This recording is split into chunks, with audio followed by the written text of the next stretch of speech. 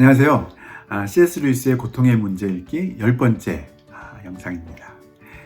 지난 영상에서 C.S. 루이스는 자유의지를 가진 사람들의 사회가 존재하기 위해서는 그 사회의 구성원들이 만날 수 있는 어떤 공동의 장으로서 변하지 않는 성질을 유지하고 또 일관된 법칙의 지배를 받는 그런 자연세계가 반드시 필요하다고 이야기합니다. 그런데 그런 이야기를 따라가다 보면 자연스럽게 이런 생각이 들 수 있다고 생각이 들어요. 그렇다면 자유의지를 가진 사람들이 만드는 세상은 결코 고통이라는 형태로 따라오는 악의 요소를 피할 길이 없는 거 아닌가. 왜냐하면 성질이 변하지 않는 또 어떤 일정한 법칙에 지배되는 물질은 좋은 면으로도 쓰일 수 있지만 그와 동시에 위험의 요소로도 고통의 요소로도 쓰일 수 있기 때문인 거죠. 그런데 재미있게도 C.S. 루이스는 여기에 대해서 자기는 그렇게 생각하지 않는다고 대답을 합니다. 왜 그렇게 대답을 하는지부터 지난 영상에 이어서 계속 읽어가면서 한번 나누어 보겠습니다. 50페이지 중간인데요. 이것은 어떤 세상에서도 악의 요소, 고통이라는 형태를 가진 악의 요소를 피할 수 없다는 뜻일까요? 저는 그렇지 않다고 생각합니다. 죄는 아무리 가벼운 것이라도 측량할 수 없는 악인 것이 분명한 반면 고통이라는 악은 정도에 따라 좌우되는 것으로서 일정 수준을 넘지 않을 때에는 두려움이나 분노를 일으키지 않기 때문입니다. 불을 쬐 때 얼마나 거리를 두어야 하는지 알려주는 과정, 즉 따뜻하다, 기분 좋을 만큼 뜨겁다, 너무 뜨겁다, 화끈화끈하다로 이어지는 과정에 불만을 느끼는 사람은 없습니다. 그리고 제 감각이 잘못되지 않았다면 화창한 날 산책하고 나서 잠자리에 들 때 다리에 느껴지는 가벼운 통증은 사실 유쾌하기까지 합니다. 그러게요. C.S. 루이스는 우선 악에 대해서 죄는 아무리 가벼운 것이라도 측량할 수 없는 악인 것이 분명하다고 이야기합니다. 그런데 고통이라는 것은 악이 되느냐 아니냐, 즉 두려움이나 분노를 일으킬 만큼 그렇게 악으로 작용할 수 있느냐 아니냐는 그 정도에 따라 좌우되는 것이다 라고 이야기하면서 불의 예를 듭니다. 그러면서 우리가 만약에 그렇게 너무 일정 수준을 넘어서 두려움이나 분노를 일으키는 그런 상황까지 이르지 않을 그런 환경과 그런 의지와 그런 능력들을 갖추고 있다면 오히려 어느 정도 가벼운 통증은 사실 유쾌함으로까지 변환될 수 있다는 거죠. 계속해서 읽어보겠습니다.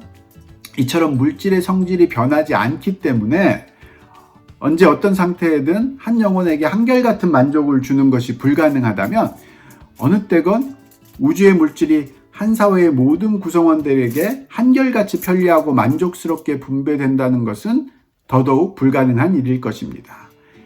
이쪽 사람에게 내리막길은 저쪽 사람에게는 오르막길입니다. 조약돌이 지금 제가 바라는 위치에 있다면 우연이라면 모를까 여러분도 같은 위치에 돌이 있기를 바랄 리는 없습니다. 재밌는 게 오히려 C.S. 루이스의 관점은 이런 물질의 성질이 변하지 않는다는 것이 고통이라는 요소로 쓰일 것이냐 아닐 것이냐에 더 집중되어 있다기 보다는 물질에 대한 성질이 변하지 않으면서 그 사회의 공동의 장의 역할을 하기 때문에 분명하게 확실한 것은 모든 구성원들에게 한결같이 편리하고 만족스럽게 분배되는 그런 상황은 절대로 불가능하다는 일인 거죠.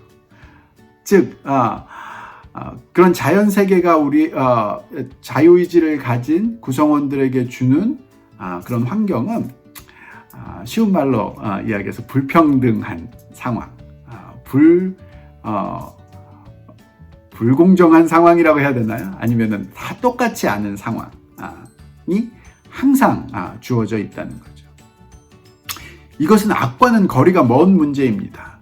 오히려 이런 상황은 상대방을 존중하며 호의적이고 이타적으로 행동함으로써 사랑과 좋은 마음과 겸손함을 나타낼 기회를 제공해 줍니다. 그러게요. 그런데 이 상황을 악과는 거리가 먼 문제라고 단언합니다. 그리고 오히려 이것이 이 불공정해 보이는 또는 불평등해 보이는 자연이 준 이런 상황이 오히려 그 구성원들에게 상대방을 존중하고 호의적으로 대하고 이타적으로 행동할 수 있는 사랑과 겸손함을 나타낼 수 있는 그런 선의 기회를 제공해 준다는 거죠. 물론 경쟁과 적대감이라는 큰 악으로 나아갈 여지가 있는 것도 사실입니다. 자유의지를 가진 영혼들이 호의 대신 경쟁으로 문제를 해결하려 들 수도 있기 때문입니다.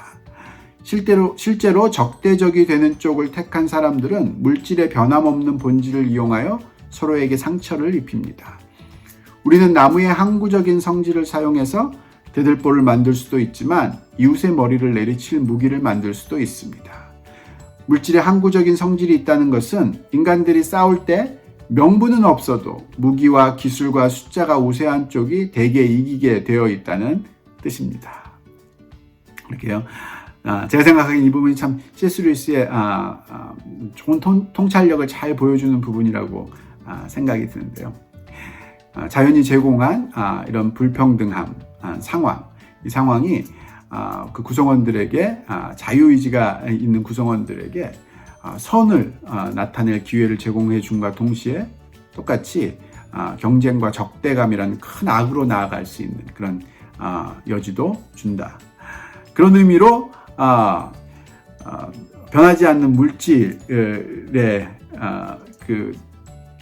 사용은 누가 사용하느냐에 따라서 어떤 자유의지를 가진 사람이 사용하느냐에 따라서 대들보를 만들 수도 있지만 이웃의 머리를 내리칠 무기를 만들 수도 있다. 또 이런 상황이 구성원들 가운데 어떤 싸움이 일어났을 때 누가 옳고 누가 그러냐에 따라서 승패가 좌우되는 것이 아니라 결국은 누가 더 센 무기를 가졌냐에 따라서 대개 승패가 좌우되는 경우를 만든다라고 이야기하는 거죠. 정확한 관찰이라고 여겨지는데 여러분들은 어떻게 생각하시는지 모르겠습니다. 피조물들이 자유의지를 잘못 사용할 때마다 매번 하나님이 개입해서 바로잡아주는 세상을 그려볼 수도 있겠죠. 나무 막대기를 무기로 쓰고 집어드는 순간 풀잎처럼 부드러워지고 거짓말이나 욕을 담은 음파를 일으키려 하는 순간 공기가 그것을 거부하는 세상 말입니다. 그러나 잘못이라는 것을 저지를 수 없는 그런 세상에서 의지를 자유롭게 행사한다는 것은 그야말로 빈말이 될 것입니다. 아니, 이 원리의 논리적인 결말을 따라가 보면 악한 생각을 한다는 것 자체가 아예 불가능하다는 사실을 알게 됩니다. 우리가 악한 생각을 하려고 할 때마다 대뇌 물질이 그런 일에 사용되기를 거부할 테니까요. 따라서 악한 사람 주변에 있는 물질은 전부 예측할 수 없을 정도로 자주 바뀔 것입니다. 그러게요. 만약 물질이 가지고 있는 성질이 일정함 때문에 주어지는 그런 불평등함, 불공정함이 싫어서 피조물들이 자유의지를 잘못 사용할 때마다 매번 하나님이 개입해서 그런 상황을 바로 잡아주는 세상을 머릿속에 그려볼 수는 있을 것이라고 얘기합니다. 그런데 그걸 실제로 그려보면 의지를 자유롭게 사용한다는 그런 생각이야말로 가장 빈말이 될 것이고 또 악한 사람 주변에서는 계속 끊임없는 혼란스러운 변화들만 보게 되는 그런 이상한 환경이 되지 않겠냐라는 이야기인 거죠. 계속해서 한번 읽어보겠습니다. 하나님이 경우에 따라 물질의 움직임을 수정하실 수 있을 뿐 아니라 실제로 수정하기도 하시며 우리가 기적이라고 부르는 일들을 행하기도 하신다는 것은 기독교 신앙의 일부를 이루고 있는 믿음입니다. 그러게요. 이 경우를 놓치지 않기를 바라는 것 같은데요. 하나님이 매번 계속해서 바로잡아주는 세상, 물질의 움직임을 조절해주고 보호해주는 그런 세상은 있을 수 없지만, 그런 세상은 말도 안 되는 상황이지만, 그러나 경우에 따라서는 물질의 움직임을 수정하셔서 하나님이 개입하시는 일들이 있다 라고 믿는 게 기독교고, 그리고 그거를 우리가 기적이라고 부르고 있다는 것을 상기시키고 있네요. 그러나 일상적인 세상, 따라서 안정적인 세상에서는 이런 예외적인 일이 극히 드물게 일어날 수밖에 없습니다.